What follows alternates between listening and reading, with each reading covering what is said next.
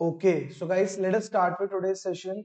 In the previous session, guys, we were discussing this question, and I have told you to go through this question. So, guys, let us start this session with this question only. So, guys, after this question, our chapter will get over, and we will be practicing few questions in today's session, and then we will be wrapping up chapter 2 in today's class. And in the next class, guys, we will be starting with next chapter, that is chapter 3. Okay, guys, what were we doing in this question? So, let me read question again. A three-state process has been observed over a period of time and the sequence of states occupied is as follows. So guys, हमारे पास three states process है. कौन कौन से states occupy कर सकता है process ये? State one, state two, state three. और गाइज ये जो हमें दिए रखी है सारी स्टेट्स, ये हमें मूवमेंट्स दे रखी है. मींस प्रोसेस ने स्टार्ट करा स्टेट वन से, उसके बाद वो स्टेट थ्री पे गया, फिर स्टेट टू पे गया, एंड सो ऑन. गाइज हमें लास्ट स्टेट थ्री तक दे रखा है. तो गाइज हमसे फर्स्ट पार्ट में क्या पूछा है? Calculate N I J K, N I J and N I. तो गाइज ये मैंने आपको लास्ट क्लास में समझाया था सारा. Let me repeat again. N I guys, N I क्या कैप्चर करेगा? एन आई कैप्चर करेगा कौन कौन सी सिंगल मूवमेंट्स है. Means N I can take values as N one, N two, N three. तो यहाँ पे आपको सिर्फ क्या काउंट करना है? कितने वंस हैं, कितने टूज हैं, कितने थ्रीज हैं. गाइस अब मैं नेक्स्ट पे आता हूँ. N I J. Guys N I जे क्या कैप्चर करेगा? N I J guys capture करेगा कि कितनी आई से जेथ मूवमेंट्स हो रही है, कितनी आई से जेथ मूवमेंट्स हो रही है. Guys N one, N two, N three क्या कैप्चर करा था? कि कितनी movements out of state one हो रही है, हमें कितनी मूवमेंट्स स्टेट वन पे आ रही है. गाइस एन आई जे क्या कैप्चर करेगा? कितनी मूवमेंट्स आई से जे पे जा रही है. मींस हमें सारी मूवमेंट्स कैप्चर करनी है. वन से वन, वन से टू, वन से थ्री. सिमिलरली टू से वन, टू से टू, टू से थ्री, थ्री से वन, थ्री से टू, थ्री से थ्री. तो वैसे पूरा हमारा एक थ्री क्रॉस थ्री का मैट्रिक्स बन जाएगा इसके लिए. तो गाइस एन आई जे के लिए मैं क्या मैट्रिक्स बनाऊंगा? One two three, one two three. तो गाइस यहाँ मैं क्या फिल करूंगा? All the movements from one two one, all the movements from one two one. So guys कितनी मूवमेंट्स हो रही है मेरी वन टू वन अगर मैं देखूं? सो गाइस एक मूवमेंट हो रही है मेरी सिर्फ one two one. So I will fill one here. And similarly guys I will be filling all these numbers. Guys मैंने आपको एक क्वेश्चन दिया था लास्ट क्लास में कि अगर आप इस मैट्रिक्स का सम करो तो इस सम करके 20 नहीं आ रहा, 19 आ रहा है. रीजन बीइंग, ऐसा क्यों हो रहा है? तो गाइस अगर मैं पूरा मैट्रिक्स फिल करूं, it will be one two three and then three two two and last one three two. तो गाइस मैंने आपको बताया था इसका सम हमारा कितना आ रहा है? 19 आ रहा है, 20 नहीं आ रहा. तो गाइस 20 नहीं आएगा. क्यों? क्योंकि गाइस ये जो लास्ट देखो, पहली मूवमेंट हमारी कहाँ हो रही है? वन से थ्री. पहली मूवमेंट हो रही है हमारी वन से थ्री, सेकंड मूवमेंट थ्री से टू. लेकिन गाइस जब हमारी लास्ट मूवमेंट हम कैप्चर करेंगे वो कौन सी होगी? थ्री से थ्री. थ्री से थ्री वाली मेरी लास्ट मूवमेंट होगी. लेकिन इस थ्री से कहाँ जाएगा वो हमें नहीं पता, तो इसलिए हम लास्ट मोमेंट कैप्चर नहीं कर पाए. तो टोटल वापस जो पेयर्स आएंगे वो 19 पेयर्स आएंगे इंस्टेड ऑफ 20. तो इसलिए हमारा जो मैट्रिक्स का सम आ रहा है वो 19 आ रहा है. सो गाइस एक क्वेश्चन मैंने आपसे और पूछा था कि जब हम अपनी थ्री वे मूवमेंट्स कैप्चर कर रहे थे, आई जे के मूवमेंट कैप्चर कर रहे थे, आई से जे, जे से के, जब हम ये वाली मूवमेंट गाइस कैप्चर कर रहे थे तब हमारा टोटल सम 18 आ रहा था. Late me show you. तो गाइस अगर आप इन तीनों मैट्रिक्स का सम देखोगे, लेट मी रिपीट अगेन अगर किसी ने मिस करा था गाइस, यहाँ हम थ्री मूवमेंट्स कैसे कैप्चर करेंगे? I will fix the first position, I will fix the first position n1, n2, n3 and then I will write jk, jk and jk. तो गाइस इससे क्या होगा? वन फिक्स करके सारी नौ मूवमेंट्स कैप्चर हो जाएंगी, फिर टू फिक्स करके सारी नौ मूवमेंट्स कैप्चर हो जाएंगी, फिर थ्री फिक्स करके गाइस सारी नौ मूवमेंट्स कैप्चर हो जाएगी. जैसे सारी हमारी 27 मूवमेंट्स कैप्चर हो जाएंगी. Is it clear guys? अब मेरा क्वेश्चन था यहाँ पे अब सम 18 आ रहा है. तो गाइस यहाँ पे सम 18 क्यों आ रहा है? तो हमने देखा सिंगल सिंगल मूवमेंट में सम हमारा पूरा 20 आ रहा है. क्यों? n1 n2 n3 क्या वैल्यू थी गाइस? n1 की वैल्यू है हमारी 6, इसकी है हमारी 7, इसकी है हमारी 6. तो गाइस यहाँ पे आप बोलोगे यहाँ पे तो 20 आना चाहिए, यहाँ पे भी हम 19 क्यों ले रहे हैं? गाइस यहाँ पे भी हम 19 लेने का वही लॉजिक है कि आखिरी वाले थ्री को हम काउंट नहीं करेंगे. क्यों नहीं कर रहे हम आखिरी वाले थ्री को काउंट? क्योंकि हमें नहीं पता आखिरी वाले थ्री से उसकी मूवमेंट कहाँ जाएगी. तो गाइस देखो थ्री हमारे पास वैसे तो 7 है, 1 2 3 4 5 6 7, वैसे टोटल थ्री से हमारे पास 7 है, लेकिन हम सिर्फ 6 ही लिख रहे हैं क्योंकि अगेन आई एम रिपीटिंग आखिरी वाली थ्री से हमें नहीं पता हमारे प्रोसेस कहाँ पे जाएगा. क्लियर? अब गाइस हम आते हैं थ्री क्रॉस थ्री वाले मैट्रिसेस पे जहाँ पे हम थ्री वे मूवमेंट कैप्चर कर रहे हैं. वहां पे सब 18 आ रहा है. ऐसा क्यों? तो गाइस वहां पे हमें लास्ट टू मूवमेंट्स कैप्चर नहीं हो पाएगी. मींस जो लास्ट थ्री वे मूवमेंट में कैप्चर करूंगा वो कौन सी करूंगा? जैसे अगर फर्स्ट थ्री वे मूवमेंट की गाइस अगर मैं बात करूं, if I talk about first three way movement, तो गाइस वो क्या होगी? 1 से 3, 3 से 2. So this is first I J Kth moment. और guys अगर मैं last I J Kth moment की बात करूँ, it will be 1 से 3, 3 से 3. तो एक बार प्रोसेस ने जब लास्ट 3 वे मूवमेंट कैप्चर कर ली, तो उसके बाद गाइस सपोज अगर वो यहाँ से 3 वे मूवमेंट कैप्चर करना चाह रहा है, तो 3 से 3 तो उसको पता है, लेकिन अगेन 3 वे के लिए एक और चाहिए, तो एक और नहीं पता, और लास्ट के लिए तो उसको पहली मूवमेंट नहीं पता, तो दूसरी मूवमेंट कहाँ से पता लगेगी. तो इसलिए गाइस लास्ट के दोनों 3 ये इररिलेवेंट हो जाएंगे इन 3 वे मूवमेंट. तो लास्ट जो हम 3 वे मूवमेंट गाइस कैप्चर करने वाले हैं, दैट विल बी 1 3 3. तो आप देखोगे इन तीनों मैट्रिसेस का जब हम सम कर रहे होंगे, तो ये सम करके हमारा 18 आएगा. तो आप एक तरीके से 18 ट्रिपलेट्स ऑब्जर्व कर रहे हो इस डेटा में. क्लियर है गाइस, यहाँ तक क्लियर है. चलो अब हम जल्दी से सेकंड पार्ट देख लेते हैं गाइस. सेकंड पार्ट पे हमसे क्या पूछा है, वन स्टेप ट्रांजिशन प्रोबेबिलिटीज. तो guys one step transition probabilities बहुत इजी है. हमने क्या निकाल लिया, नंबर ऑफ ट्रांजिशंस निकाल लिए वन स्टेप के, 1 to 1, 1 to 2, 1 to 3, और हमें क्या पूछी है, प्रोबेबिलिटी. तो सिंपली गाइस जो फर्स्ट रो है, इसको मैं पूरे को किससे डिवाइड करवा दूंगा, n1 से, दैट इज 6. अब गाइस ये जो सेकंड रो है, इसको मैं किससे डिवाइड करवा दूंगा, n2 से, दैट इज 7. अगेन गाइस अभी जो थर्ड रो है, इसको मैं किससे डिवाइड करवा दूंगा, n3 से, दैट इज अगेन 6. तो गाइस इससे मैंने क्या निकाल ली, मेरी सारी two way two step transition probabilities मैंने निकाल ली. और you can say this is not a two step, this is a one step transition probability, क्योंकि अभी हम यहाँ पे एक मूवमेंट से दूसरी मूवमेंट ही कैप्चर कर रहे हैं. तो गाइस ये जो हमारी ट्रिपलेट्स वाली है, उसको हम टू स्टेप ट्रांजिशन प्रोबेबिलिटी बोलेंगे. Is it clear guys? Guys अब हम इस क्वेश्चन का मेन पार्ट करते हैं.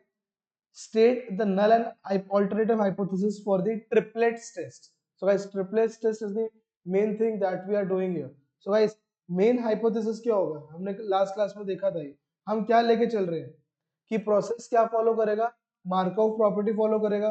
और गाइस H1 क्या हो जाएगा, प्रोसेस मार्कओव प्रॉपर्टी नहीं फॉलो करेगा. अगेन गाइस नल हाइपोथेसिस में एक और चीज क्या ले सकता हूँ, नल हाइपोथेसिस में गाइस मैं एक और चीज क्या ले सकता हूँ, मैं नल हाइपोथेसिस में एक और चीज ले सकता हूँ कि n ijk will follow binomial distribution guys with parameter what, nij, with parameter nij and probability pjk, with parameter nij and probability pjk. तो गाइस अगेन यहाँ पे थ्री वे मूवमेंट की मैं बात कर रहा हूँ, जहाँ मैं टू स्टेप प्रोबेबिलिटीज की बात कर रहा हूँ कि प्रोसेस एन आई से जे गया, वो मेरे पास सारे नंबर्स हैं, लेकिन जे से के वो उस प्रोबेबिलिटी से मूव कर रहे हैं, हम इसकी मूवमेंट उस हिसाब से कैप्चर करेंगे. तो गाइस एक मेरे पास क्या आ जाएगा, एक्चुअल डेटा आ जाएगा. एक्चुअल डेटा जो मैंने अभी भी निकाला है ना, सारी एनआईजे के मूवमेंट्स का मेरे पास एक्चुअल डेटा है. और एक मैं क्या निकालूंगा, एक्सपेक्टेड डेटा. और उसके बाद गाइस मैं कौन सा डिस्ट्रीब्यूशन लगाऊंगा, chi-square distribution to check whether actual data is conforming to expected data or not. तो गाइस कैसे करें, I am giving you 2 minutes to think, I am giving you 2 minutes to think guys, जल्दी से सोचो क्या करेंगे इसमें.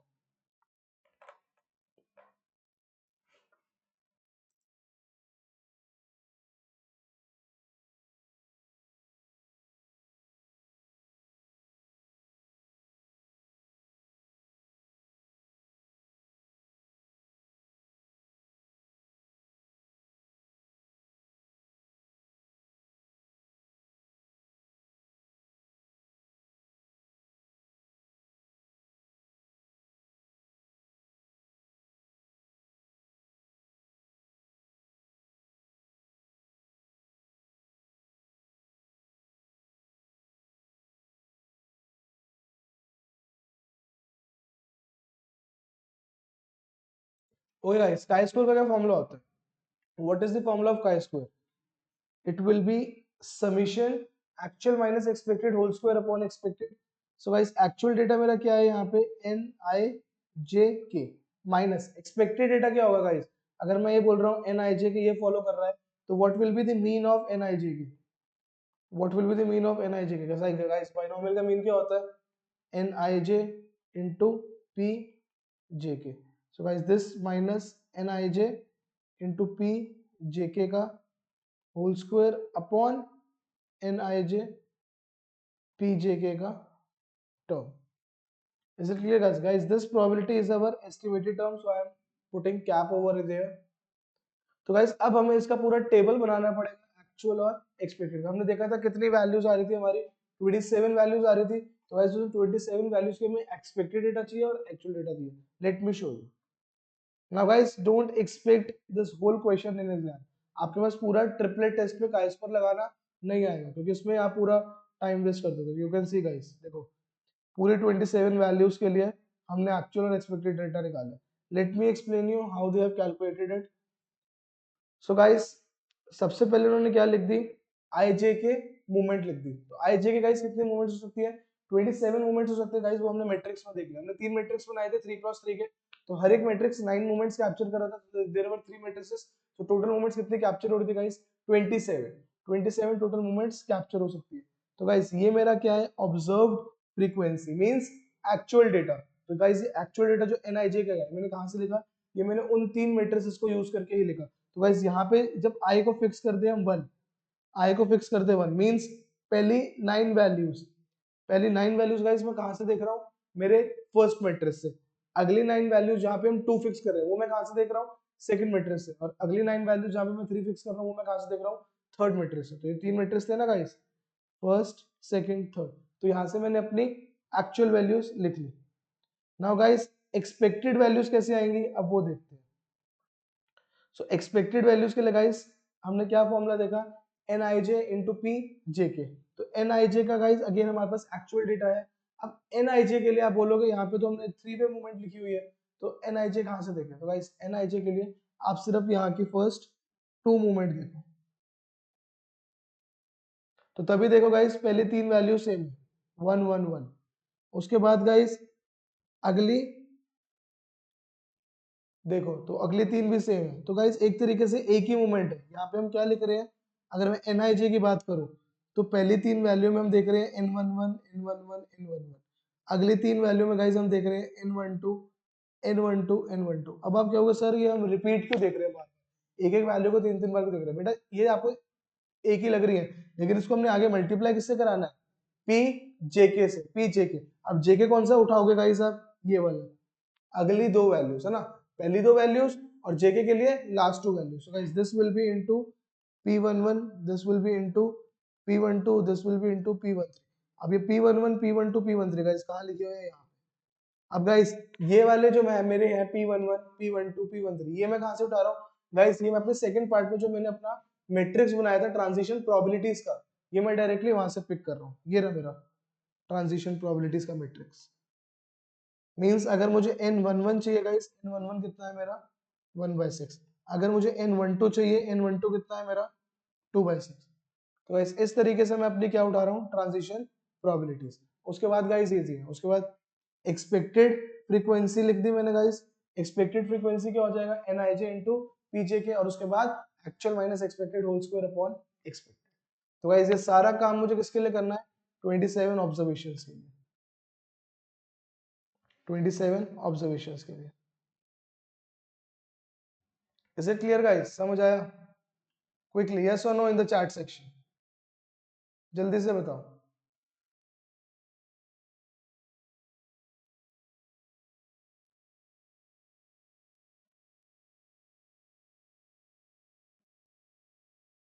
तो गाइस इस तरीके से हमें एग्जाम में ट्रिपल टेस्ट आ सकते हैं। पूरा नहीं पूछेंगे, हो सकता है आपसे बोल दे कि फ्यू फिगर्स बताओ, क्योंकि ट्रिपल टेस्ट गाइस बहुत बड़ा हो जाएगा एग्जाम में पूछने के लिए। आपको इसको करने में एटलीस्ट 15-20 मिनट्स लगेंगे। तो आपको इस इस पार्ट ऑफ सेक्शन के लिए इतना टाइम नहीं पूछेंगे। हो सकता है आपको यहाँ पे 20 ऑब्जर्वेशन से सिर्फ 5 ऑब्जर्वेशन के लिए ट्रिपल टेस्ट लगाने के लिए बोल दें। Is it clear guys? With this, guys, we have completed our chapter. Our chapter is complete. A very important chapter, guys. बहुत important chapter था. But before wrapping up this chapter, guys, let us do some question practice. थोड़ी सी question practice करते हैं, फिर wrap up करेंगे. So, guys, quickly open your practice questions. Quickly.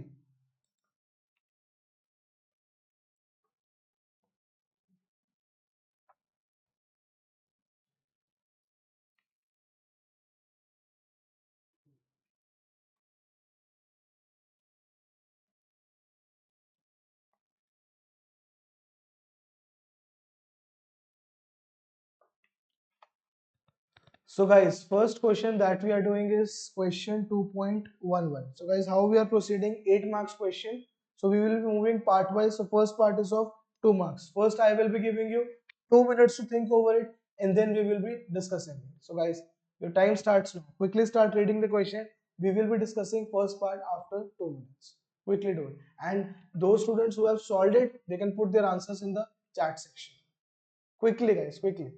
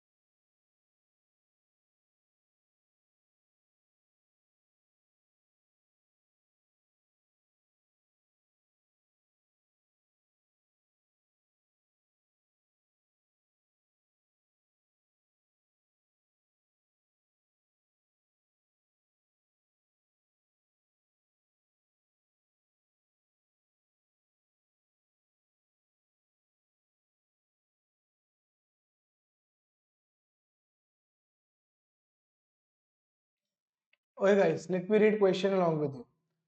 The creditworthiness of debt issued by companies is assessed by the end of each year by a credit rating agency. The ratings are A, the most creditworthy, B and D, debt defaulted. Clear guys, मतलब B एक और है guys, third जो D है वो है debt defaulted. Historic evidence supports the view that the credit rating of a debt can be modeled as a Markov chain with 1 year transition matrix. guys transition matrix दे दिया, आधा question तो ऐसे उन्होंने आपको सॉल्व कर दिया, रिमेनिंग क्वेश्चन इजी होने वाला है. तो ट्रांजिशन मैट्रिक्स बनाने में ही हमारा काफी दिमाग अप्लाई हो जाता है, वो आपको स्ट्रेट फॉरवर्ड पर उसके दे दिया. Determine the probability that a company currently rated A will never be rated B in the future. Tricky question, ऐसा हम चैप्टर में नहीं पढ़ के आए, थोड़ा सा दिमाग लगाना गाइस. वो क्या कह रहे हैं गाइस, जो कंपनी अभी ए रेटेड है वो कभी भी क्या रेटेड ना हो, वो कभी भी बी रेट ना हो. तो गाइस क्या क्या ऑप्शंस है आपके पास, या तो ए में ही रहे या फिर सी में चली जाए. लेकिन अगर सॉरी डी में चली जाए गाइस, अगर एक बार वो डी में चली गई तो क्या वो वापस आ सकती है? नहीं. क्यों नहीं आ सकती? क्योंकि देखो यहां से ही पता लग रहा है, डी में अगर चली गई तो डी से डी में रहने की प्रोबेबिलिटी 1 है, मींस डी मेरी एक एब्जॉर्बिंग स्टेट है, तो डी से बाहर नहीं निकल पाएगी. तो गाइस इस क्वेश्चन को हम किस तरीके से सोचेंगे कि वो जो कंपनी है, या तो वो पहले साल में ही फर्स्ट ईयर में ही डी रेटिंग पे चले जाए, या हो सकता है सेकेंड ईयर में डी रेटिंग पे जाए, या हो सकता है थर्ड ईयर में डी रेटिंग पे जाए, एंड सो ऑन. बी पे कभी नहीं जाएगी. तो गाइस अगर फर्स्ट ईयर में ही वो डी रेटिंग पे चली गई तो उसकी प्रोबेबिलिटी क्या हो जाएगी? Simply 0.03 plus. अगर वो सेकेंड ईयर में गाइस डी रेटिंग पे गई तो फर्स्ट ईयर में तो ए पे रही होगी, तो ए पे रहने की प्रोबेबिलिटी क्या है? 0.92 इंटू 0.03 प्लस. गाइस अगर थर्ड ईयर में गई तो अब पहले 2 साल रहेगी, तो 0.92 square into 0.03 and so on. तो गाइस ये मेरा क्या बन जाएगा, ये मेरी एक इनफाइनाइट जीपी बन जाएगी, जिसकी फर्स्ट टर्म क्या है? जिसकी फर्स्ट टर्म 0.03 है और जिसका कॉमन डिफरेंस 0.92 है. तो गाइस क्या हो जाएगा, ये क्या होता है फॉर्मूला गाइस इनफाइनाइट जीपी का? a upon 1 minus r which will be equals to 0.03 upon 1 minus 0.92 which will comes out to be 0.375. तो गाइस ये जो 0.375 है, ये किस चीज की प्रोबेबिलिटी है? ये प्रोबेबिलिटी है कि कंपनी जो है, जो ए रेटिंग से स्टार्ट कर रही है, वो कभी भी बी रेटिंग पे ना जाए, या तो वो ए में रहेगी या फिर वो डी में चली जाएगी. Very easy, first part is really simple. चलो अब गाइस सेकंड पार्ट पे मूव करते हैं. Calculate the second order transition probabilities of the Markov chain. तो गाइस यहाँ पे हमें क्या निकालने को बोल रहे हैं? Second order transition probabilities. तो गाइस मैंने आपको बताया था कि मैट्रिक्स मल्टीप्लिकेशन आपको डायरेक्टली भी पूछ सकते हैं, या तो मैट्रिक्स मल्टीप्लिकेशन आपसे डायरेक्टली पूछ लेंगे, या फिर वो आपको ये बोल सकते हैं कि अगर वो कंपनी फर्स्ट ईयर में ए स्टेट से स्टार्ट कर रही है, what is the probability of that company remaining in state A after 5 years. तो इस तरीके में अगर ऐसे आया तो उस केस में हम मैट्रिक्स 5 बार मल्टीप्लाई नहीं करेंगे, उस केस में हम पोजीशनिंग से करेंगे, जैसे मैंने आपको बताया था 100 को मल्टीप्लाई करेंगे मैट्रिक्स से 5 टाइम्स, याद है। लेकिन यहाँ पे गाइस आपको स्पेसिफिकली बोला है कि सेकंड ऑर्डर ट्रांजिशन प्रोबेबिलिटीज बताओ, दैट मींस आपको पी स्क्वायर निकालना पड़ेगा। तो गाइस कैसे करेंगे हम ये वाला part, how will be doing this part, quickly tell me. So we have to calculate P square. तो गाइस पी स्क्वायर क्या होने वाला है, 0.92, 0.05, 0.03, again 0.05, 0.85, 0.1001. Guys, this matrix multiplied by same 0.92, 0.05, 0.03, 0.05, 0.85, 0.1001. Now guys, you have to multiply this both matrices. So start doing it. We will discuss it after 2 minutes. I need final answers after 2 minutes, guys. Quickly put your final answers in the chat section. Quickly. Simple multiplication करनी है. You can use your calculators and quickly give me 9 values.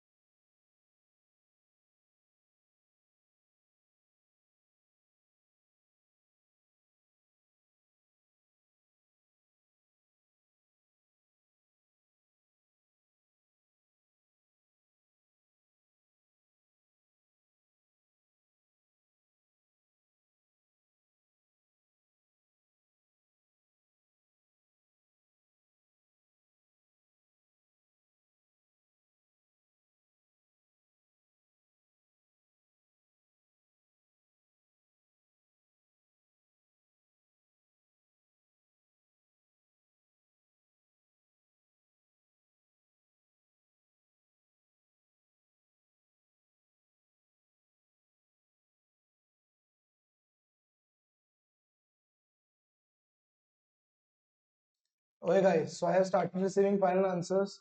Let us read it. 0.8489, 0.0885, and guys जब भी आप दो values निकाल लो, last वाले निकालने की जरूरत नहीं, उसको वन में से माइनस कर सकते हो। या फिर एक और तरीका क्या गाइस, निकाल लो और उसको टैली करने के लिए वन में से माइनस करके देखो, तो आपका टैली भी हो जाएगा। Both the ways you can work upon. अगर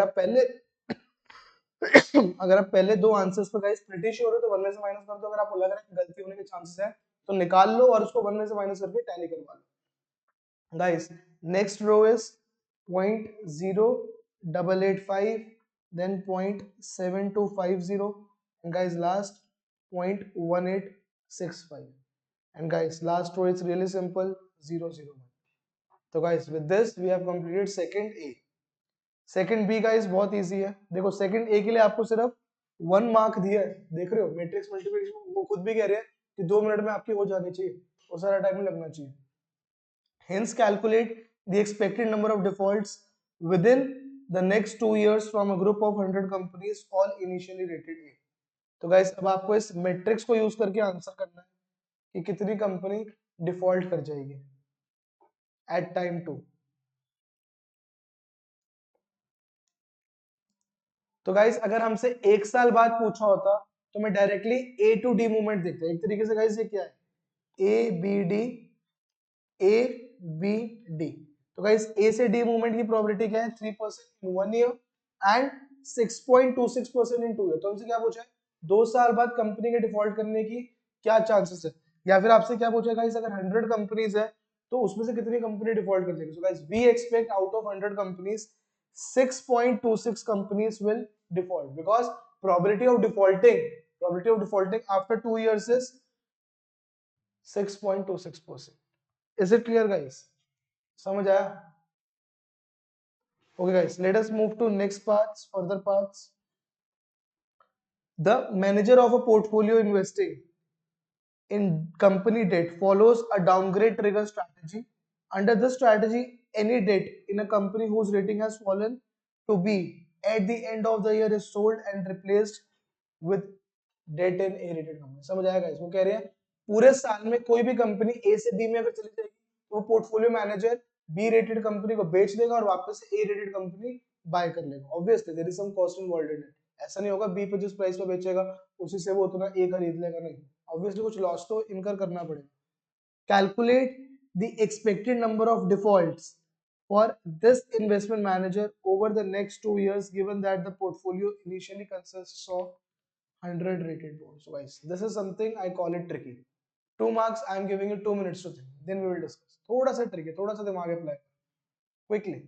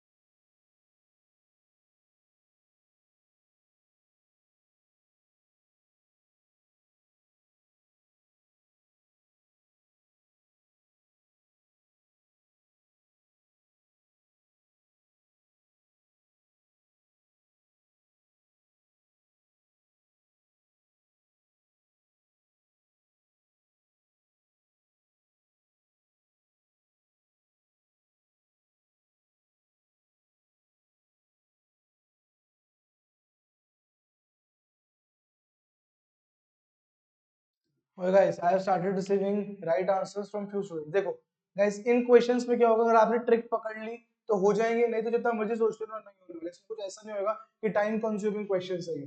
ट्रिक पकड़ने वाली बात है गाइस। ट्रिक क्या पकड़नी थी कि पहले साल के बाद जितने भी मेरी बी रेटेड कंपनीज होंगी उनको मैं शिफ्ट करके ए में शिफ्ट कर दूंगा। तो गाइस अगर मैं पहले साल में स्टार्ट करूं, सो मेरे पास 100 ए रेटेड कंपनीज थी, सो I will start with 100 0 0। I will multiply it with guys my P matrix which is mentioned here. This is my P matrix guys. इसको मल्टीप्लाई करने के बाद पहले साल के बाद मेरा गाइस क्या आ जाएगा, 3x1 मैट्रिक्स क्या आ जाएगा गाइस, 92 5 and 3।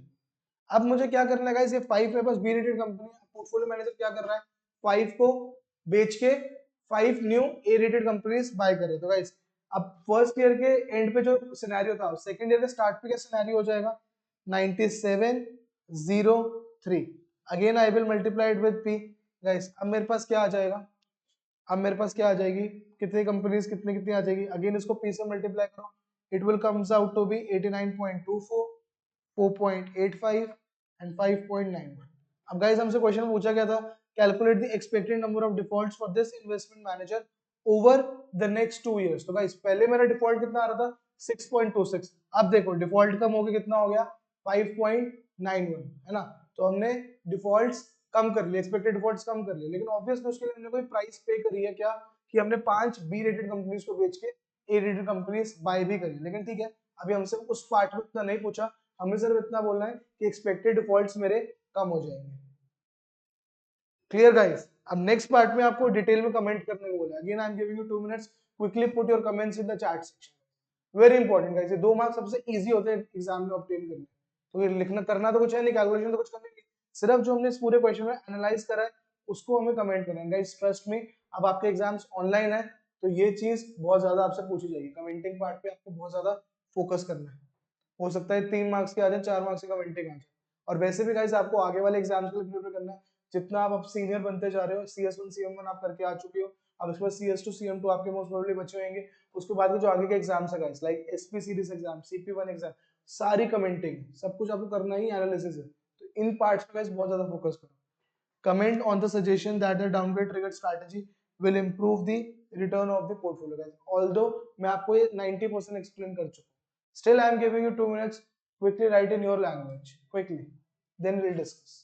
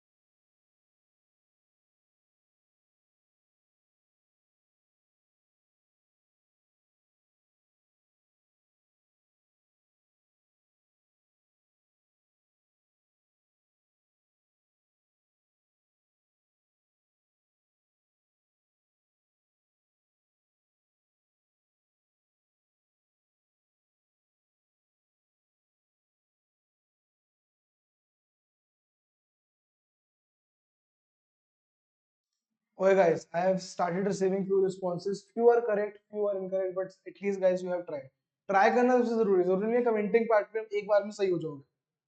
ठीक है गाइस, तो बहुत सारे पॉइंट्स बन सकते हैं गाइस, इसमें 2 मार्क्स था, आपसे मेजरली 2 पॉइंट्स पे एटलीस्ट एक्सपेक्ट करेंगे, लेकिन 3-4 पॉइंट्स बन सकते हैं गाइस। सबसे पहला पॉइंट तो यही है कि जो हम एक्सपेक्ट कर रहे हैं जरूरी नहीं है हमारा एक्चुअल एक्सपीरियंस वैसा ही रहे, ये हम एक्सपेक्टेड एक्सपीरियंस निकाल रहे हैं, हो सकता है एक्चुअल एक्सपीरियंस उस डिफरेंट तरीके से जो हम डिफॉल्ट एक्सपेक्ट कर रहे थे वो डिफॉल्ट हो ही ना। फर्स्ट पॉइंट गाइस आप ये लिख सकते हो। सेकंड पॉइंट गाइस जो मैं ऑलरेडी डिस्कस कर चुका हूँ, कॉस्ट्स, कि गाइस जब आप बी रेटेड बॉन्ड सेल करोगे और ए रेटेड बॉन्ड्स बाय करोगे गाइस, उसके अंदर कुछ ना कुछ कॉस्ट्स इन्वॉल्व रहेगी, ऑल्दो आपके डिफॉल्ट्स तो कम होंगे। अच्छा गाइस एक पॉइंट ये भी लिखोगे कि एक्सपेक्टेड डिफॉल्ट ये स्ट्रैटेजी यूज करने से हमारे एक्सपेक्टेड डिफॉल्ट्स कम हो रहे हैं। अब आप उस पॉइंट में क्या बोलोगे गाइस, कॉस्ट वाले पॉइंट में, ठीक है हमारे एक्सपेक्टेड डिफॉल्ट्स तो कम हो रहे हैं लेकिन उसकी हमें कॉस्ट भी बियर करनी पड़ रही है, so we have to compare cost versus benefit, है ना। कॉस्ट बेनिफिट एनालिसिस हमें करना पड़ेगा। एक और पॉइंट गाइस आप क्या बोल सकते हो कि जो हमारे ए रेटेड बॉन्ड जो हम बाय कर रहे हैं उनका जो रिटर्न होगा वो कम होगा as compare to B rated bond. क्यों? क्योंकि गाइस जितना बॉन्ड की रेटिंग कम होती है उतना उसके अंदर रिटर्न ज्यादा होता है। क्यों? क्योंकि बेटा डिफॉल्ट के चांसेस भी ज्यादा है, पैसा खोने के चांसेस भी ज्यादा है, जितना आप रिस्क लोगे उतना आपका रिटर्न बढ़ेगा।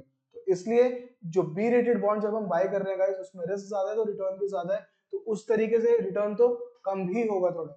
So all depends on the actual versus expected scenario and how bonds will perform. So you can write in this way. And guys कभी भी कमेंटिंग का क्वेश्चन आए हम स्ट्रेट फॉरवर्ड आंसर नहीं लिखेंगे, हमें इसमें हमेशा मेरिट्स डीमेरिट्स दोनों लिखने। Is it clear guys? Okay, let us move to next question. Now guys, try with question 2.10.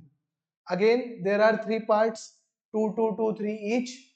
So guys, start reading the question. We will be discussing first part in next 3 minutes. Quickly.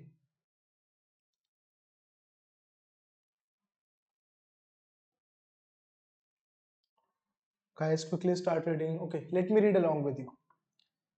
An author is about to start writing a book that will contain 20 chapters. The author plans to write a new chapter each week. However, when he reviews his work at the end of each week, there is a probability of 0.25, which is independent of the current state of the book, that he will not be happy with one of the chapters he has written. In this case, he will spend the following week rewriting that particular chapter instead of embarking on a new one.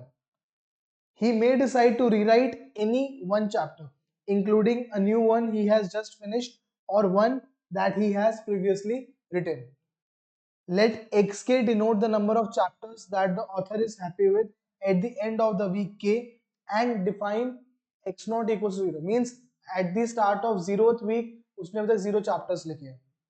Explain why xk can be modeled as a Markov chain. So guys, this part will use knowledge from chapter 1 as well. 2 marks, 2 minutes, quickly.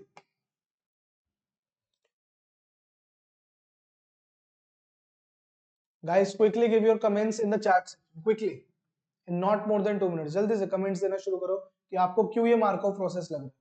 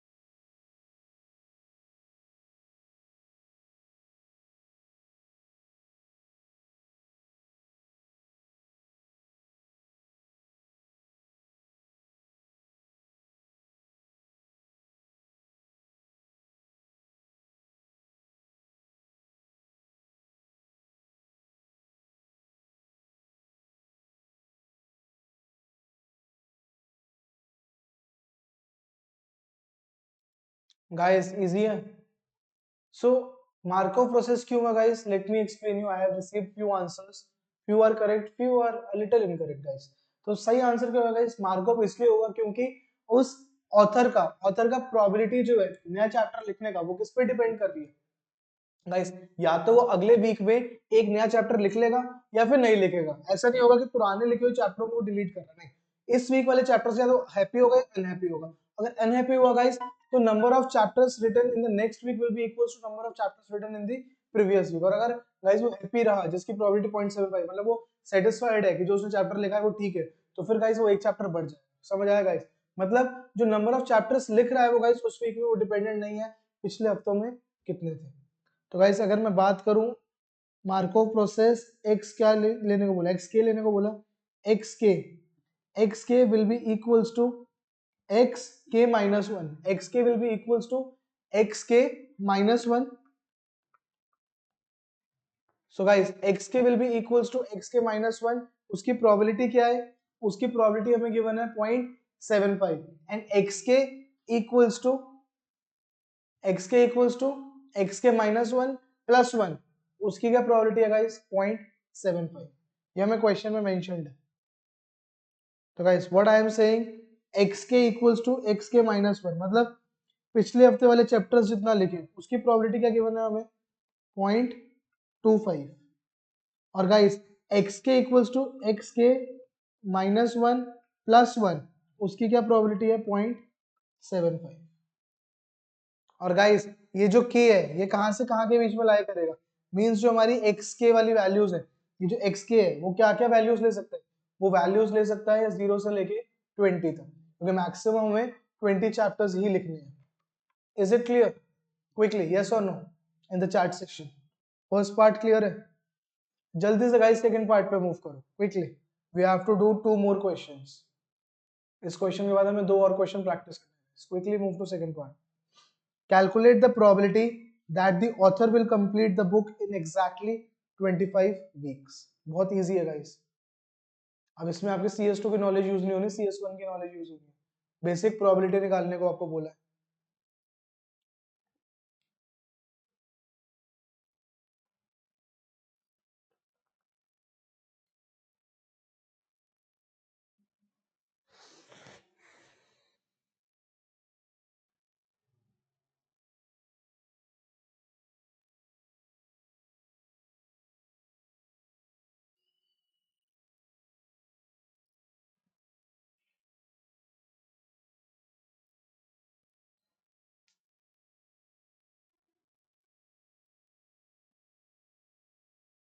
Quickly guys, quickly give me answer in the chat section. I am giving you 2 minutes.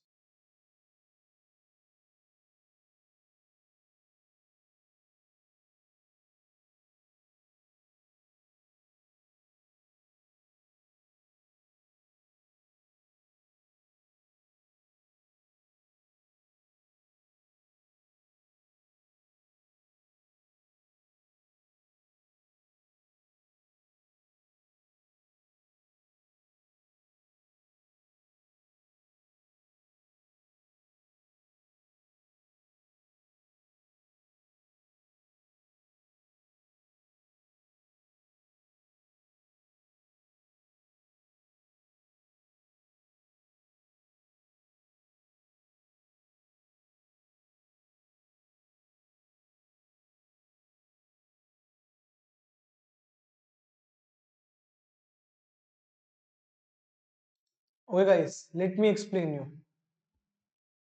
So guys, इस question को सोचने के दो तरीके हैं, ठीक है. या तो हम इस पे डिस्ट्रीब्यूशन अप्लाई करें, या फिर अगर डिस्ट्रीब्यूशन नहीं क्लिक कर रहा गाइस, हम नॉर्मली भी सोच सकते हैं. तो नॉर्मली कैसे सोचेगा गाइस? नॉर्मली आप इस तरीके से सोच सकते हो कि हमें क्या बोला है, वो ऑथर बुक एग्जैक्टली 25 वीक्स में खत्म करे. तो 25 वीक्स में खत्म करने के लिए गाइस आपको क्या सोचना है कि 25th वीक में वो अपना 20th चैप्टर लिखे. तो इसका क्या मतलब होगा गाइस? 24th वीक तक वो अपने 19 चैप्टर्स लिख चुका होगा, है ना. 24 वीक्स में वो अपने 19 चैप्टर्स लिख चुका होगा, तभी वो आखिरी चैप्टर 25th वीक में लेगा. अगर अपना आखिरी चैप्टर ही 24th वीक में लिख लेगा तो फिर उसको 25 वीक्स क्यों लगेंगे? हमें क्या चाहिए? वो अपनी बुक 25th वीक में खत्म करे. दैट मींस 24 वीक्स में वो अपने 19 चैप्टर्स लिख लेगा. तो गाइस अगर 24 वीक्स में हमने 19 चैप्टर्स लिख रहा है, तो इसका मतलब कितनी बार उसने रिविजिट करा होगा अपने चैप्टर्स को, कितनी बार रीराइट करा होगा अपने चैप्टर्स को? 5 टाइम्स. मतलब 5 वीक ऐसे होंगे जिसमें उसने कोई न्यू चैप्टर नहीं लिखा होगा. एक तो गाइस आप इस तरीके से सोच सकते हो. दूसरा तरीका क्या है गाइस सोचने का? Negative binomial distribution. कैसे गाइस? 25th वीक जो होगा उसमें मुझे अपनी 20th सक्सेस चाहिए. ऑथर को 25th वीक पे अपनी 20th सक्सेस चाहिए, तो आप अपना नेगेटिव बायनॉमियल डिस्ट्रीब्यूशन भी यहाँ पे अप्लाई कर सकते हो. Is it clear guys? Totally up to you. तो गाइस हम नॉर्मली अगर देखें तो नॉर्मली इसको कैसे कर सकते हैं? तो सिंपली मैंने आपको क्या बोला कि 24 वीक्स में वो 5 चैप्टर्स रिविजिट करें. That means 24C5. 24C5 guys chapter revisit करने की प्रोबेबिलिटी क्या है? 0.25 raise to power 5. 0.25 raise to power 5 multiplied by 0.75 raise to power 90. Guys ये कितना हो गया? ये किस चीज की प्रोबेबिलिटी हो गई? 24 वीक्स में ऑथर ने 5 बार चैप्टर रिविजिट करे. इस तरीके से सोच सकते हो, या फिर इसको सोच सकते हो 24 वीक्स में ऑथर ने 19 चैप्टर्स लिख लिए, multiplied by guys 25th week में ऑथर एक और चैप्टर लिख दे. तो guys totally up to you in which pattern you want to think. Totally up to you.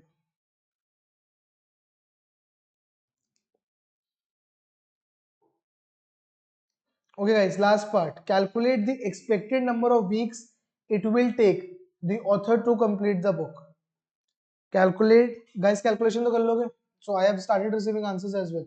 So correct answer is 13163. Very good, student. Let us move to last part. Calculate the expected number of weeks it will take the author to complete the book. कि हमारी expectation कितनी है, author कितने weeks में book complete कर देगा. Again I am giving you guys 3 minutes this time, 3 marks question, then we will discuss. Quickly start attempting it. And जिनका solve हो गया guys, quickly put your answers in the chat section. Quickly.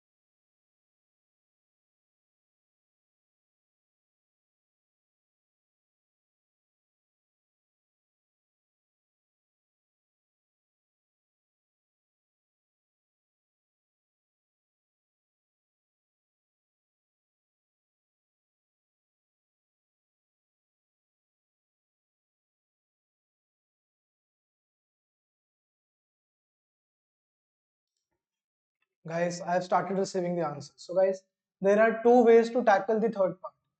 एक easy way, एक difficult way. तो पहले पहले हम easy way discuss करते हैं. इजी वे क्या है? हमने अपना नेगेटिव बायनॉमियल डिस्ट्रीब्यूशन डिस्कस कर लिया था ऊपर वाले पार्ट पे. हमने पता लग गया था कि नेगेटिव बायनॉमियल डिस्ट्रीब्यूशन है. तो गाइस हम डायरेक्टली क्या देख लेंगे, हमें मीन पूछा है, एक्सपेक्टेड टाइम कितना लगेगा ऑथर को बुक कंप्लीट करने में. तो guys we will just look at mean of negative binomial distribution. Guys mean of negative binomial distribution is k by p. Again guys this is type 1, क्योंकि हमें क्या चाहिए, हमें अपनी बुक कंप्लीट करनी है, so we will be applying negative binomial type 1 distribution. So guys कितना हो जाएगा, k कितना है, कितने चैप्टर्स हमें कंप्लीट करने हैं 20. और गाइस प्रोबेबिलिटी क्या है चैप्टर कंप्लीट करने की, प्रोबेबिलिटी ऑफ सक्सेस क्या है 0.75. सिंपली गाइस इसको हम डिवाइड करेंगे, it will comes out to be 26.67 weeks. लेकिन गाइस ये थोड़ा सा ट्रिकी है सोचना एग्जाम में कि इस तरीके से हमें करना है, थोड़ा सा एक डिफिकल्ट वे भी डिस्कस कर लेते हैं इसको कैसे सोचेंगे हम. आपको लग रहा होगा इस चैप्टर में तो ऐसा कुछ भी नहीं पड़ेगा, क्या क्वेश्चन है गाइस, यही ट्रिकीनेस है इन चैप्टर्स, वो कुछ भी पूछ सकते हैं, ठीक है, वो मार्कओव प्रोसेस करके कुछ भी पूछ सकते हैं.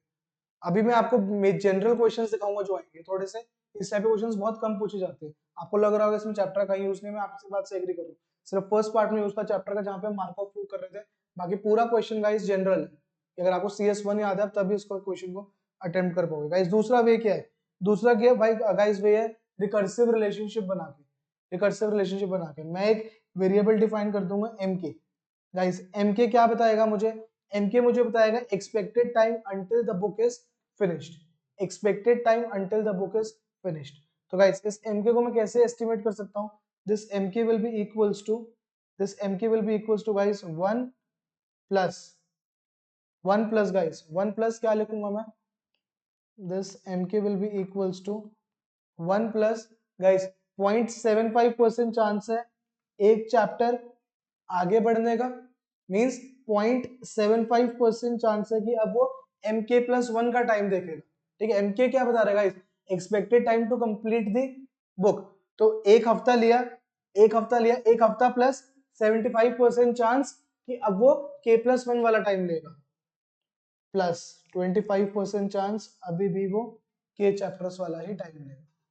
So guys this is the recursive relationship. अब हमें इसको सॉल्व करना है, हमें अपना फाइनल आंसर मिल जाएगा गाइस. अब मैं mk और mk वाली टर्म को कंबाइन कर सकता हूँ गाइस. उनको कंबाइन करने के बाद मेरी इक्वेशन क्या बन जाएगी, mk will be equals to 1 upon 0.75 plus mk plus 1. Now guys एक एक टर्म हमें इसकी पता है, क्या क्या टर्म पता है गाइस, m20 कितना होगा, m20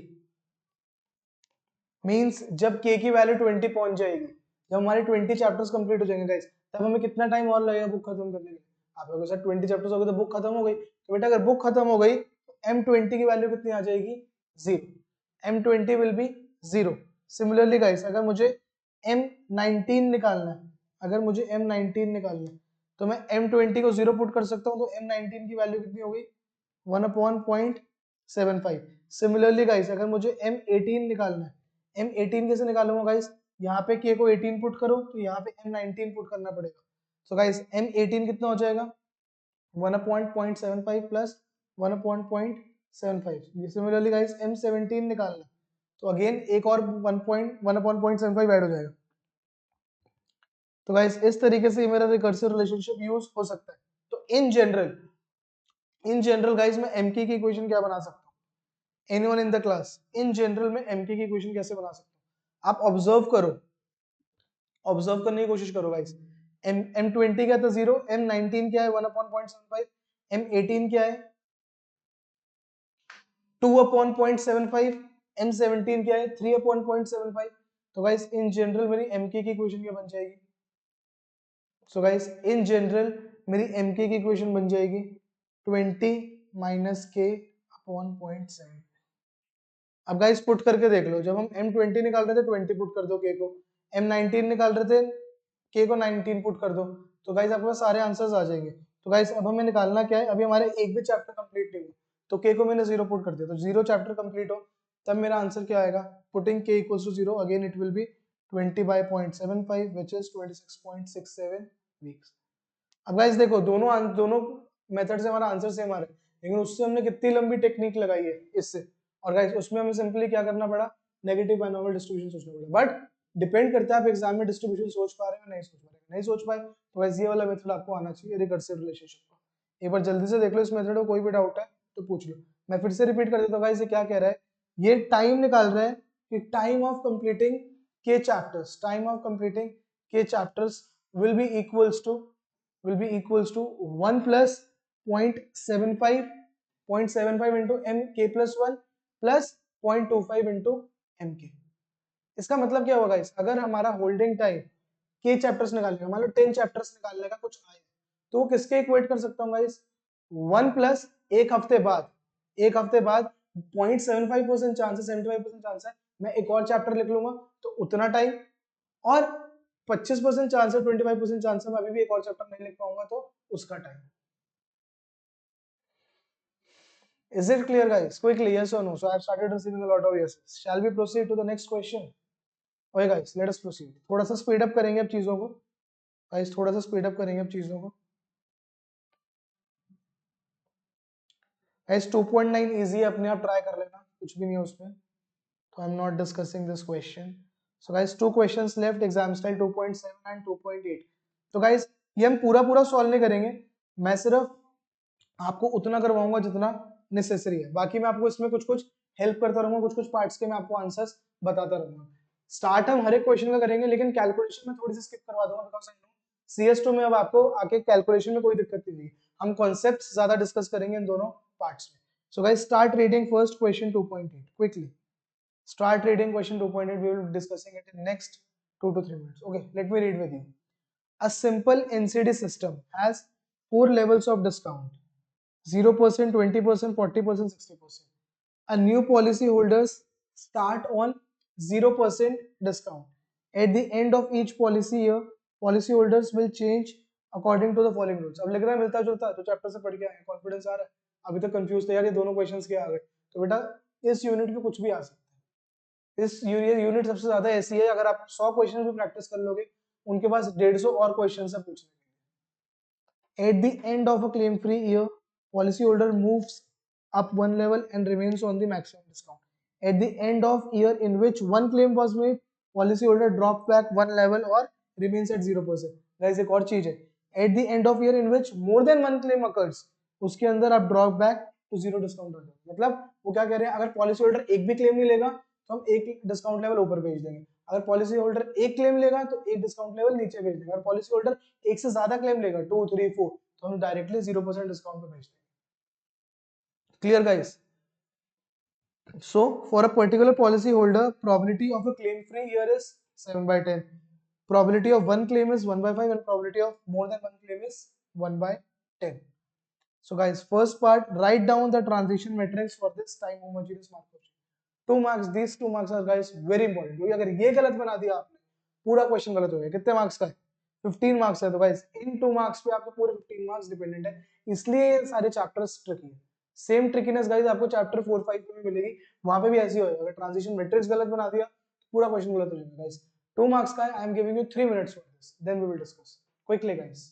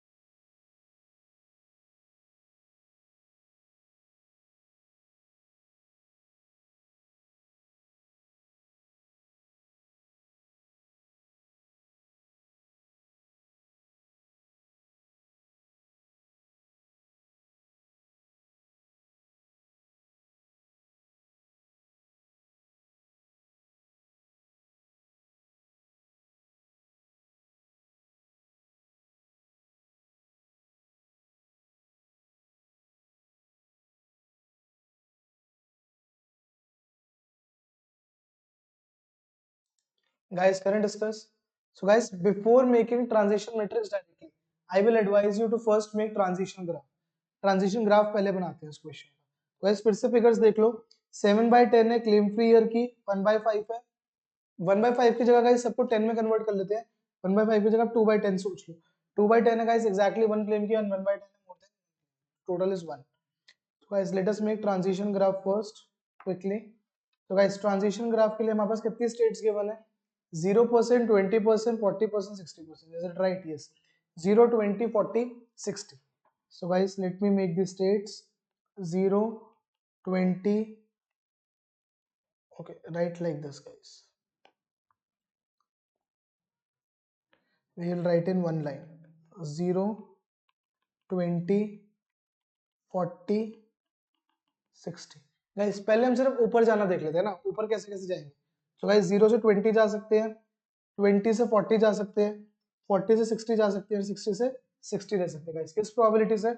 सारी 7/10। नाउ गाइस एक एक नीचे आते हैं। 60 से 40 आ सकते हैं किस प्रोबेबिलिटी से? 1/5। 40 से 20 आ सकते हैं किस प्रोबेबिलिटी से? 1/5। 20 से 0 आ सकते हैं किस प्रोबेबिलिटी से? 1/5। गाइस और कोई ट्रांजिशन पॉसिबल है? बिल्कुल है, सोचो कौन सी। गाइस डायरेक्टली 60 से 0 पे आ सकते हो, बिल्कुल आ सकते हो, किस प्रोबेबिलिटी से?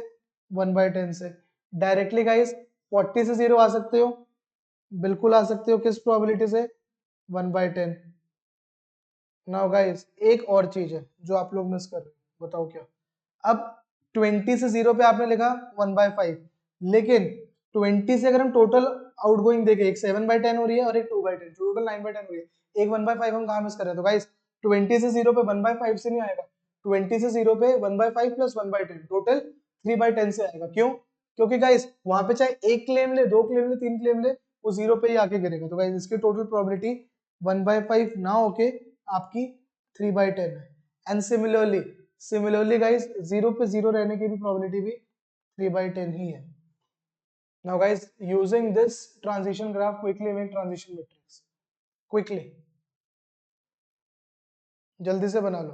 1/10 गाइस आप बाहर भी रख सकते हो ईज के लिए, 1/10 डायरेक्टली बाहर रख लेना, बार बार डेसिमल फॉर्म में लिखने की जरूरत नहीं पड़ेगी। मतलब मैं इस फॉर्म में कह रहा हूँ, p equals to 1/10 divided by, and then make 4/4 matrix, 4 cross 4 matrix. Let me help you.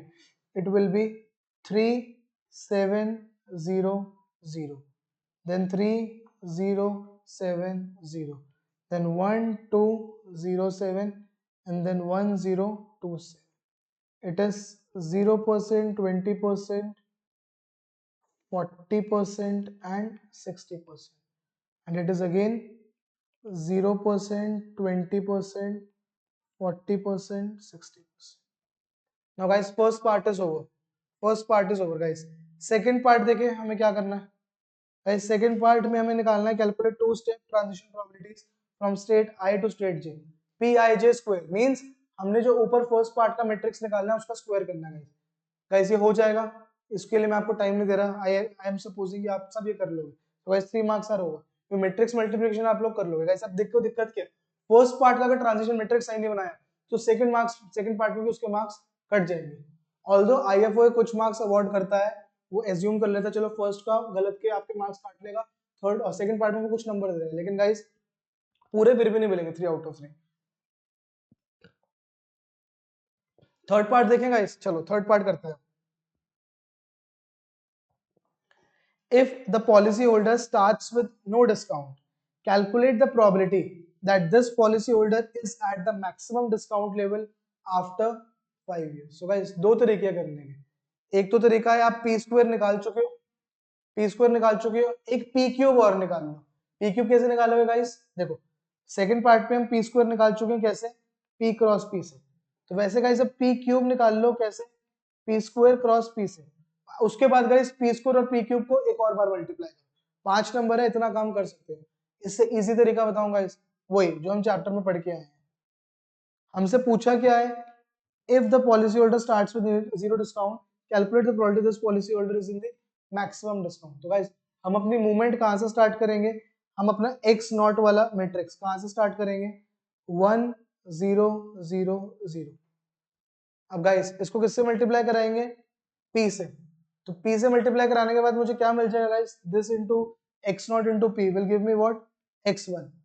Similarly guys x1 into p मुझे क्या देगा, x2। ऐसे करते करते गाइस आपको कहां तक आना है, x5 तक। x5 क्या होगा, x4 इनटू p। लेकिन while calculating this 4 cross 1 matrix, 4 cross 1 matrix for x5, आपको सिर्फ कौन सी मूवमेंट चाहिए होगी गाइस, आपको सिर्फ चाहिए होगी, तो गाइस मैं फिर से रिपीट कर देता हूं, हम x1 निकाल लेंगे which is x not into p।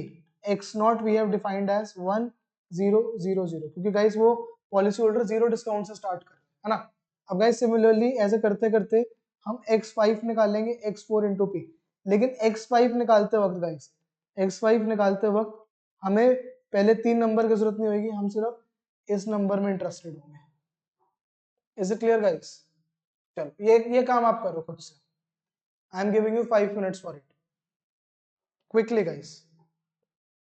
तो पहले मोमेंट अगर मैं आपको बताऊं गाइस, हमें क्या करना है, 1 0 0 0, we have to multiply this matrix with 1 by 10 guys. Again मैंने बाहर लिख दिया, 1 by 10 मैंने डायरेक्टली बाहर लिख दिया। तो अब हम किससे मल्टीप्लाई करेंगे गाइस इसको, उसी मैट्रिक्स से, 3 7 0 0 3 0 7 0 1 2 0 7 1 0 2 7।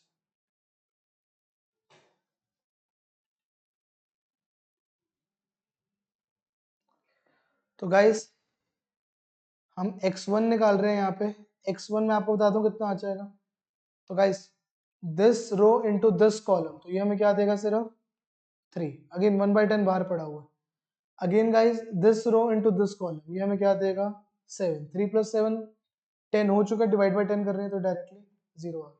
तो गाइस ये मेरी हो गई 1 साल के बाद मूवमेंट। इसी तरीके से मुझे 500 साल के बाद मूवमेंट बतानी है और मुझे मैक्सिमम डिस्काउंट लेवल की प्रोबेबिलिटी बतानी है। Quickly tell me, quickly tell me guys, what will be my x5, and in x5 I am not interested in these three figures, I am only interested in this figure. Quickly guys, okay, so I have straight away started receiving answers. Very good students, nice speed guys. Last 90 seconds, quickly tell me.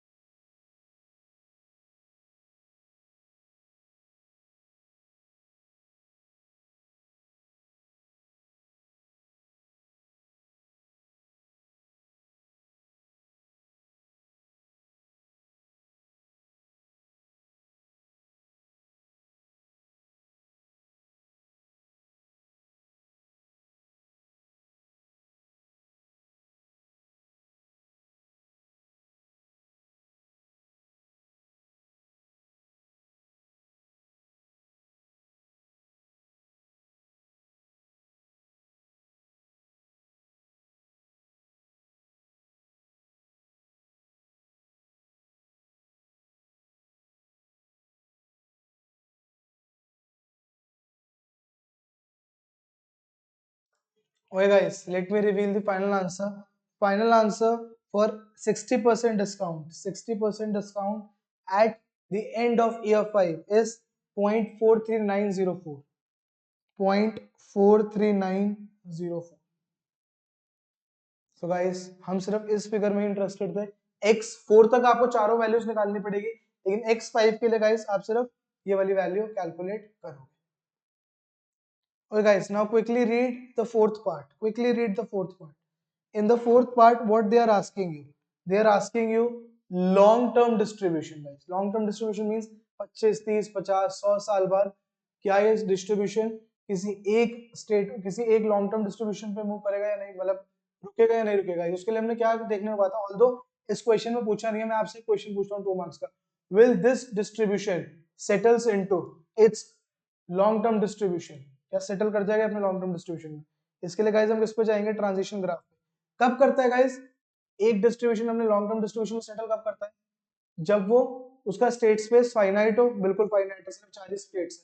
तो पहला question का answer आ गया yes. दूसरा, जब वो chain irreducible हो। तो guys क्या ये मार्कऑफ चेन इरिड्यूसिबल है, बिल्कुल इरिड्यूसिबल है, किसी भी स्टेट से हम किसी भी स्टेट में पहुंच सकते हैं गाइस। थर्ड, अगर वो मार्कऑफ चेन अपीरियोडिक हो गाइस, बिल्कुल अपीरियोडिक है, क्योंकि देखो जब ये वाले एरो आ जाते हैं तब मार्कऑफ चेन अपने आप में अपीरियोडिक आ जाती है। तो गाइस तीनों आंसर यस है, तो मतलब इस डिस्ट्रीब्यूशन का, इस मार्कऑफ चेन का जो लॉन्ग टर्म डिस्ट्रीब्यूशन निकलेगा वो चेन उसी पे ही लॉन्ग टर्म में सेटल हो जाएगी। तो गाइस ये सब क्वेश्चंस अपने आप से पूछते रहकर, बेशक क्वेश्चन ने नहीं पूछ रखा। तो गाइस कैसे निकालेंगे long term distribution, A B C D multiplied by 1 by 10, again 3700, 30700, sorry 3070, 1207, 1027। Guys आपको याद है कैसे कैलकुलेट करना है, हमें पहले इन इस सबको सारी रो से मल्टीप्लाई करना है, उसके बाद गाइस किसी भी एक टर्म में चारों को रिप्रेजेंट करना है, उसके बाद हमें क्या रिलेशनशिप लगाना है, a plus B plus C plus D equals to 1। Guys हो जाएगा solve, I am not investing time on this, I am assuming कि आप सब लोग कर लोगे। Let me move to the next question straight away. उसमें स्टेशनरी डिस्ट्रीब्यूशन निकालने में तो कोई दिक्कत नहीं है। Okay guys solve it later on, बाद में सॉल्व कर लेना, अगर इसमें कोई भी डाउट हुआ गाइस पूछ लेना, कुछ भी नहीं करना है इसमें। आई एम अगेन रिपीटिंग, सारी टर्म्स को ए बी सी डी को किसी एक टर्म में आप निकालोगे, तो सबको ए के टर्म्स में लिख लो, या सबको बी के टर्म्स में लिख लो, सबको सी के टर्म्स में लिख लो, या फिर सबको डी के टर्म्स में लिख लो, और फिर उसको इक्वेट टू 1 कर दो। Okay guys let us move to last question of today's class quickly, we are running short of time. Start reading this question guys, start reading this question straight away.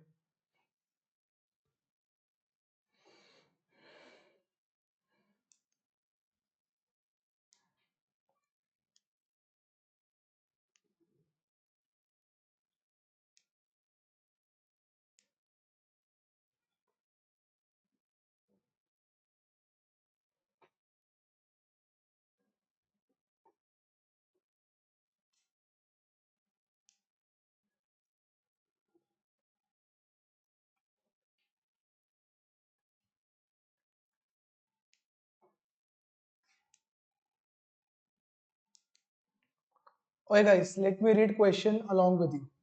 At the end of each year, an independent organization ranks the performance of the unit trusts invested in a particular sector and classifies them into 4 quartiles.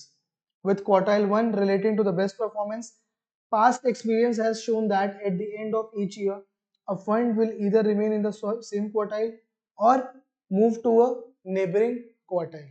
In fact, there is a probability 1 minus 2 alpha that a fund will remain in the same quartile where upward or downward movements are both possible. तो guys 1 minus 2 alpha same quartile में रहने का है और alpha alpha neighboring quartiles में जाने का है. These are equally likely. However, it has been found that a fund has remained in the top or bottom quartile for 2 consecutive years.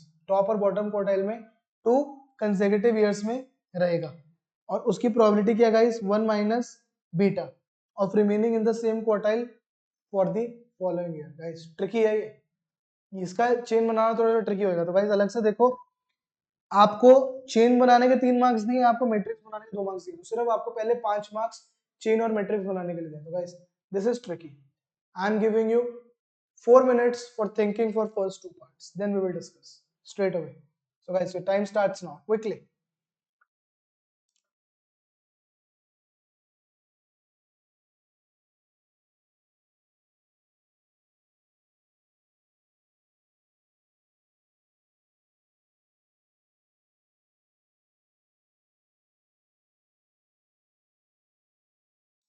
Guys इन्होंने आपकी तो सारी हेल्प ही कर दी है, आपको साफ साफ दिया हुआ है मार्कोव चेन विद 6 स्टेट्स। आपको ये सोचने की जरूरत ही नहीं पड़ेगी कि हमें इस प्रोसेस को मार्कोव में कन्वर्ट करने के लिए कितनी स्टेट्स चाहिए। अब ये जरूरी नहीं आपको एग्जाम में गिवन हो, यही चीज क्वेश्चन को ट्रिकी बनाती है। हमें पता ही नहीं होता कितनी स्टेट्स लेनी है, इसमें आपको बता दिया 6 स्टेट्स लेना है। अब आपको सिर्फ सोचना है वो 6 स्टेट्स हमें कैसे कैसे लेनी है। Quickly think over it.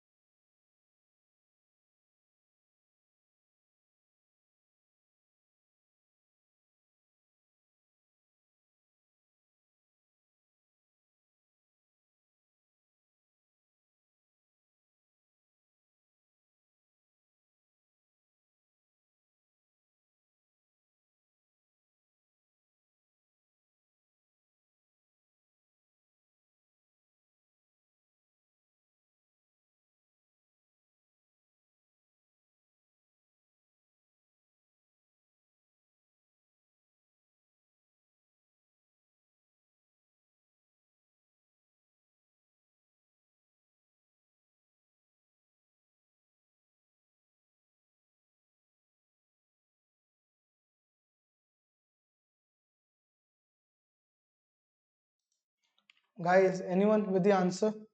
कैसे प्रोसेस को हम मार्कअप बनाएं? तो गाइस प्रोसेस को मार्कअप बनाने से कौन सी दो स्टेट्स रोक रही है? एक टॉप कोटाइल और एक बॉटम कोटाइल। क्योंकि उन्होंने क्या बोला गाइस, ये वाला सेक्शन दोबारा रीड करो अच्छे से, read this section very carefully. However, it has been found that a fund that has remained in the top or bottom quartile for 2 consecutive years has a probability 1 minus beta। ठीक है guys, समझ आया? तो मतलब top और bottom quartile हमें दिक्कत दे रहे थे, हम टॉप और क्वार्टाइल वाली जो स्टेट है उसको हम ब्रेक कर देंगे। उसको हम ब्रेक करते हैं guys. Let us solve it. तो कैसे ब्रेक करेंगे गाइस? कुछ भी आप उसको मार्क कर सकते हो, तो हम उसको मार्क कर लेते हैं स्टेट 1 डैश कॉमा 1, अगली स्टेट हो गई 2 3 then 4 and then 4 dash. Now guys let us try to make Markov chain. तो guys it is 1 dash then 1 then 2 then 3 then 4 and then 4 dash। now guys 1 से start करें।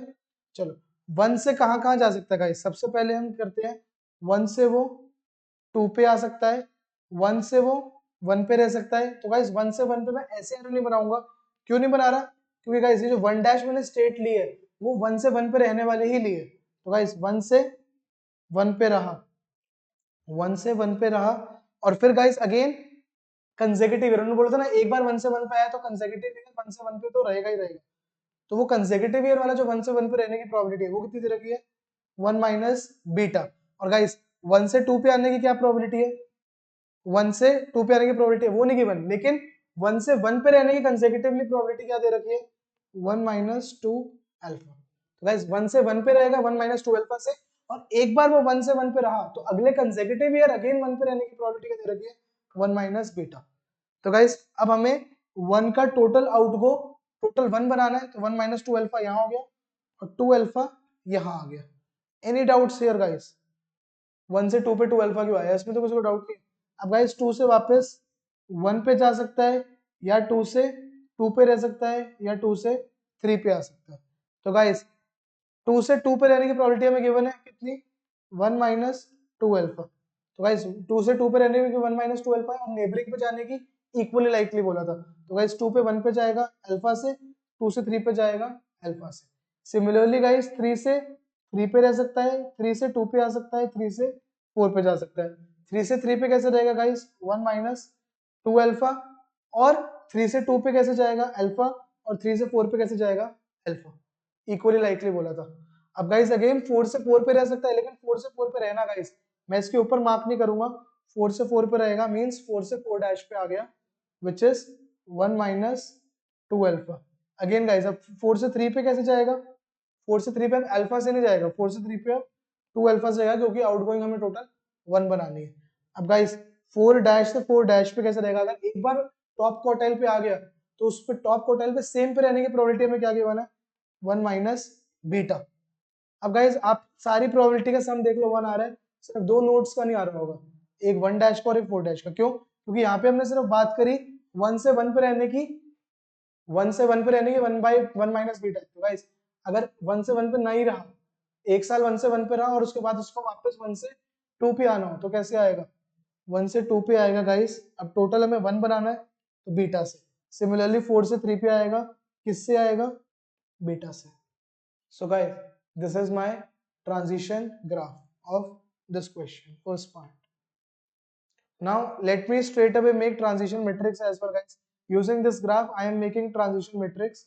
So there will be 6 states, that 6 states named the 1 dash, 1, 2, 3, 4, 4 dash. Similarly guys, I will write it here 1 dash, 1, 2, 3, 4, 4 dash. Is it clear guys? चले आगे। तो guys 1 से 1 dash पे 1 dash से 1 dash पे रहने की प्रोबेबिलिटी क्या है? 1 माइनस बीटा, और 1 डैश से 2 पे आने की बीटा। टोटल 1 हो गया, काम खत्म। बाकियों को 0 0 0 लिख सकते हो। Guys this time we are making 6 cross 6 matrix. अगला गाइस 1 डैश से 1 से 1 डैश पे आने की क्या प्रोबेबिलिटी है? 1 माइनस 2 अल्फा, 0, 2 अल्फा, 0 0 0। 2 से 1 डैश पे आने की गाइस प्रोबेबिलिटी 0, 2 से 1 पे आने की probability guys alpha, 1 minus 2 alpha, alpha 0 0। 3 से 1 डैश 0, 3 से 1 0, 3 से 2 अल्फा, 3 से 3 1 माइनस 2 अल्फा, अल्फा 0। गाइस 4 से 1 2 पे आने की प्रोबेबिलिटी 0, 4 से 3 पे आने की प्रोबेबिलिटी 2 अल्फा, 4 से 4 पे रहने की 1 माइनस 2 अल्फा, सॉरी 4 से 4 पे रहने की गाइस। अब 4 से 4 इस नोड पे नहीं रहेगा, 4 से 4 पे 4 डैश पे जाएगा। ठीक है गाइस, जैसे हमने कहा था 1 से 1 वो इस पे आएगा, इस पे नहीं आएगा गाइस। 4 डैश से 1 पे 0 0 0 गाइस। 4 डैश से 3 पे आने की प्रोबेबिलिटी बीटा, 4 डैश से 0, 4 डैश से 4 पे आने की भी 0, और गाइस 4 डैश से 4 डैश पे रहने की 1 minus beta. Is it clear guys? So अब ये हमारा क्या बन गया, 6 क्रॉस 6 का मैट्रिक्स। अभी तक हमने 5 मार्क्स ऑब्टेन कर लिए, इसमें तो किसी को डाउट नहीं है? Quickly note it down, then I will proceed. 30 seconds I am giving you, quickly guys.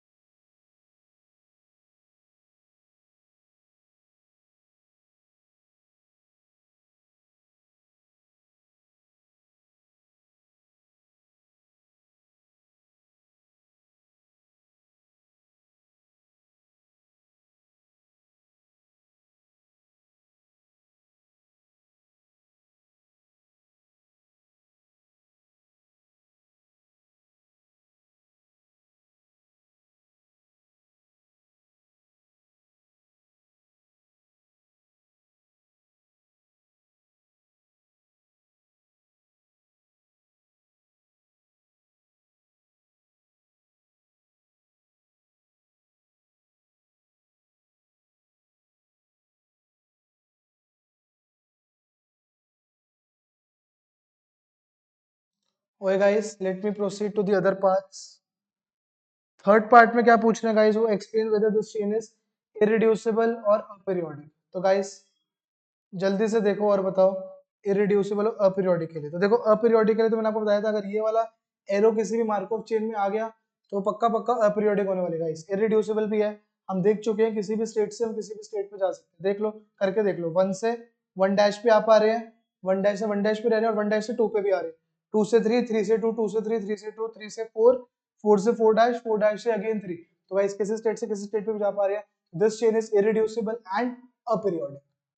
So easy to marks again. So guys, easy to marks. Fourth part guys, fourth part again I am giving you as a homework. हमें क्या prove करना है guys, कि beta equals to alpha into 1 minus 2 alpha by 1 minus alpha है, provided क्या निकाल के guys, स्टेशनैरिटी निकाल के। तो गाइस स्टेशनैरिटी निकालने के लिए इस बार आपको कितने वेरिएबल्स लेने पड़ेंगे guys, 6 variables. So this time you will be using, अगर गाइस मैं इस मैट्रिक्स को P मार्क कर दूं, if I mark this matrix as P, तो गाइस स्टेशनरी डिस्ट्रीब्यूशन आपका कैसे निकलेगा, pi p equals to P, or you can say A, B, C, D, E, F. 6 cross 1 matrix into P will be equals to P. Now guys, what I have defined pi as, pi equals to A, B, C, D, E, F. Guys कर लेना try, mathematical question है, easily solve हो जाएगा। Let us move to last part of the question. तो guys देख रहे हो, पहले 2 पार्ट होने के बाद बाकी क्वेश्चन समझना कितना इजी है। ऑब्वियसली कैलकुलेशंस में टाइम लगेगा, लेकिन समझने वाला कुछ नहीं है। जो सारा समझने वाला था वो first part, that is transition graph के लिए था। एक बार ट्रांजिशन ग्राफ बना लिया, क्वेश्चन कुछ भी नहीं है। Last part guys, so what they are saying in the last part, last year 20% of funds in the second quartile moved up to the top quartile, assuming that fund rankings have reached a stationary state. अब वो कह रहे हैं fund rankings stationary state पे पहुंच चुकी है। Estimate the probability that the fund has been in the top quartile for the last 2 years will remain in the top quartile for the third consecutive year.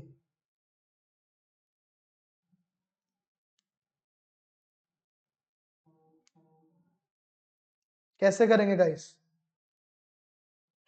जो 2 सालों से top quartile में है वो थर्ड कंसेक्यूटिव ईयर में भी top quartile में रहे, उस चीज की गाइस क्या प्रोबेबिलिटी है, उस चीज की क्या प्रोबेबिलिटी है लॉन्ग रन में। तो गाइस उस चीज की प्रोबेबिलिटी हमें दी हुई है, हमसे क्या पूछ रहे हैं, टॉप क्वार्टाइल में थी 2 कंसेक्यूटिव ईयर से, मतलब इस 4 डैश पे है और 4 डैश से 4 डैश पे रहे। तो गाइस उस चीज की क्या प्रोबेबिलिटी है, 1 माइनस बीटा। सो फोर्थ पार्ट का आंसर क्या हो जाएगा गाइस, 1 माइनस बीटा।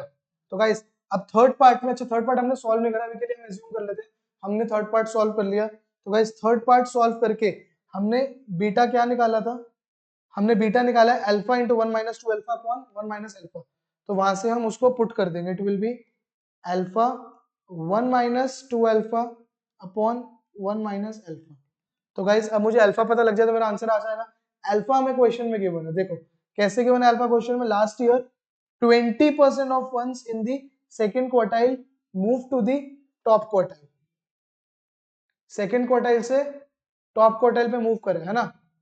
तो गाइस देखो यहाँ पे सेकंड क्वार्टाइल से टॉप क्वार्टाइल पे 20% पॉइंट मूव करे, तो गाइस सेकंड क्वार्टाइल से टॉप क्वार्टाइल पे जाना है, 2 से 1 पे जाने की ट्रांजिशन किससे ली हुई है हमने, अल्फा से, और अल्फा में कितना गिवन है 20%। Is it clear guys. तो हमसे पूछा क्या क्वेश्चन में, 1 डैश से 1 डैश पे रहे उस चीज की प्रोबेबिलिटी बताओ, उस चीज की प्रोबेबिलिटी हमें पता है 1 माइनस बीटा है, और गाइस 1 बीटा को हमने ऊपर प्रूव कर लिया, लॉन्ग टर्म में बीटा कितना हो जाएगा alpha 1 minus 2 alpha upon 1 minus alpha. तो गाइस अब मैं अल्फा को कितना पुट कर दूंगा, पुट अल्फा इक्वल्स टू 20%। तो गाइस अगर आप अल्फा 20% पुट करोगे तो आपका कितना आंसर आ जाएगा 0.8। तो गाइस ये 0.85 आपको क्या बता रहा है कि 85% चांस है, 85% चांस है कि वो थर्ड कंसेक्यूटिव ईयर के लिए लॉन्ग रन में थर्ड कंसेक्यूटिव ईयर के लिए वो टॉप क्वार्टाइल पे ही रहेगा। Is it clear guys.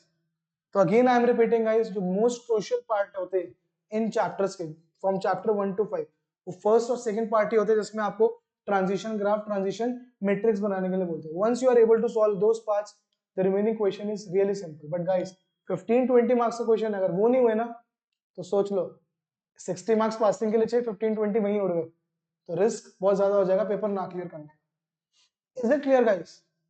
Okay, with this we have practiced a lot of questions from chapter 2, so this completes our chapter 2 guys.